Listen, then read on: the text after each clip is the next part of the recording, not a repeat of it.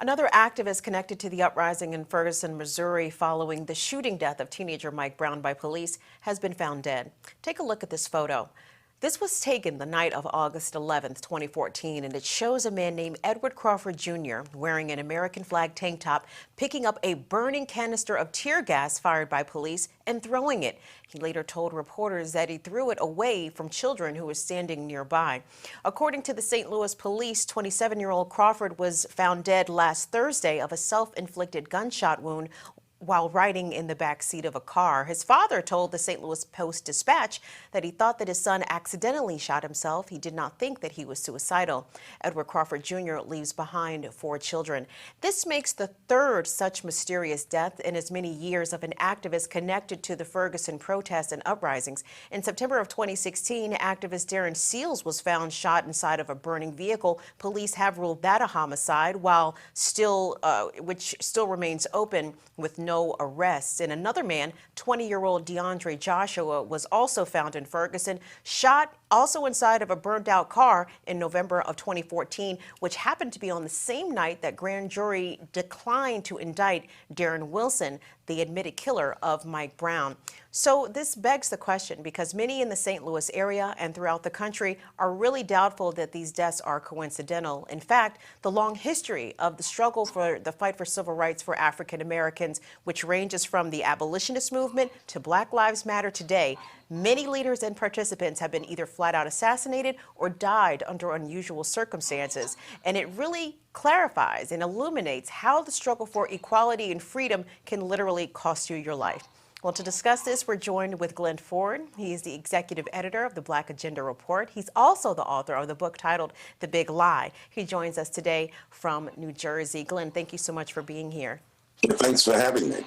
Well, Glenn, as I mentioned in the intro, there's a lot of unanswered questions surrounding not only the death of Edward Crawford, but of that of DeAndre Joshua and Darren Seals before him.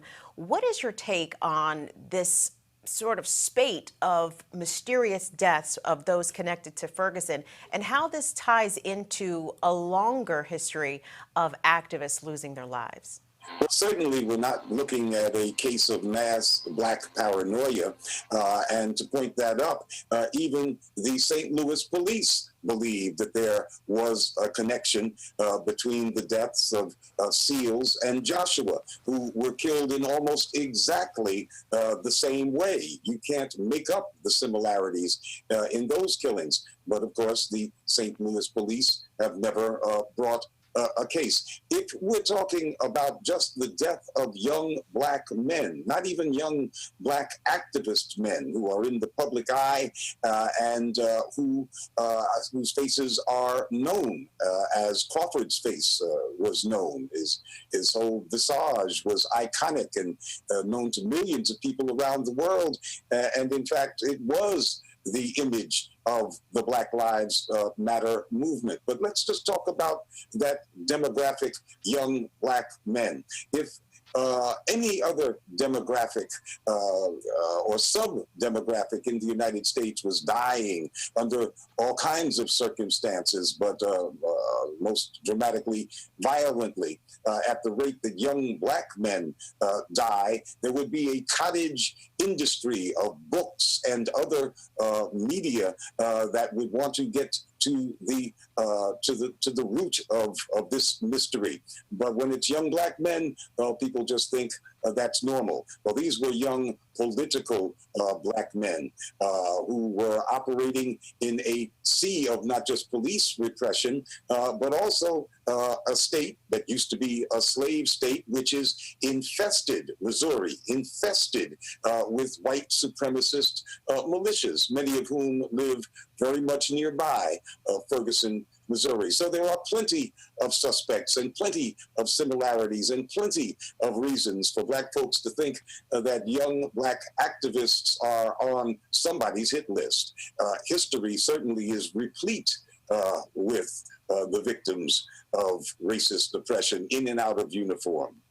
So in the land of constitutional rights, the First Amendment to free speech, the right to assemble, the right to religion, etc., why is it so dangerous for activists, particularly activists of color, black activists, to be on the public platform of advocating on behalf of civil rights. And as you mentioned, some of these gentlemen were not famous necessarily. They certainly weren't household names, but they were still present in the movement and present in the struggle. Even if you're not a Jesse Jackson or a DeRay McKesson, you can still be vulnerable for these types of things to happen if you're simply even involved. And you, in fact, are more vulnerable because you're not surrounded by an entourage. You're not constantly under media attention. And you're part, and this is the most important aspect, you're part of a group that dies in violent ways all of the time. That this kind of demise is considered normal. So the crime won't be seen as a crime, and prosecution is very, very unlikely. Cops, of course, know this better than anybody else. And speaking of police here, Glenn, if we're looking at this from a historical perspective, which is usually the prudent thing to do, the police historically have been complicit or have been directly involved with the murders of African American activists, those who have been pushing for equality of rights, be it voting rights, be it, pay equality. The police have usually been there and not always in the way to best seek justice. Talk about the role that law enforcement has played in silencing voices of the struggle. The police understand their mission. They're indoctrinated into their mission by the state. We're not talking about stray white folks acting out their own personal prejudices and that leading to random acts of violence against black folks. What we're talking about here is police as an institution whose mission, it's very, very clear to them, is to contain and control the black community. And that requires the use of terror. It requires that it be reinforced daily that the police have a monopoly on the use of deadly force. And you have to use that deadly force on occasion in order to let people know that you have it. And the people that you want to let know that you have this monopoly on deadly force are those who challenge it. People like folks who get in iconic photographs like Mr. Crawford. So what do you think that we can learn, or those who are in the movement and in the struggle can learn from the very tragic and untimely demises that have come for people before this time? I mean, we live in the age of technology and social media. I mean, do activists need to constantly disclose where they are, what they're doing, or maybe even tweet out, hey, I'm not suicidal, just in case they get arrested or taken into custody and they are found dead for whatever reason? And this is, I mean, I know it sounds like a bit of hyperbole, but it really isn't, because these things have happened and they have been happening for a long time. So what can people who are advocating on these fronts do to protect themselves, if anything? Well, you're asking me a very dangerous question, and if I gave you my honest answer, then that might put me on a kind of list, not a list from stray policemen or white militiamen, but from our government and our police agencies. Well, you're asking me a very dangerous question, and if I gave you my honest answer, then that might put me on a kind of list, not a list from stray policemen or white militiamen, but from our government and our police agencies. You counter attacks upon your community and the important people who have made themselves targets in your community because they've stood up for that community. You counter that kind of violence against you by creating a situation in which the perpetrators pay a price. And so if you suspect where the violence is coming from, you demonstrate that a price must be paid. But if I speak any further on this, I think that I might be indicted, especially with this new administration, which interprets free speech according to its own set of rules. Indeed. Well, Glenn Ford, we will leave the rest of that unsaid. We appreciate you joining us today. A white 14-year-old boy is out on bail after prosecutors say he tried to drown a black teenager in a pond in Chatham. And as WBZ's Louisa Moeller tells us, today in court we learned this isn't the only racially motivated accusation against him. You can see 14-year-old John Sheeran leaving court after his bail hearing, briskly walking and barely saying a word as he got into a car with his father. A judge said he can live in Chatham on a GPS device.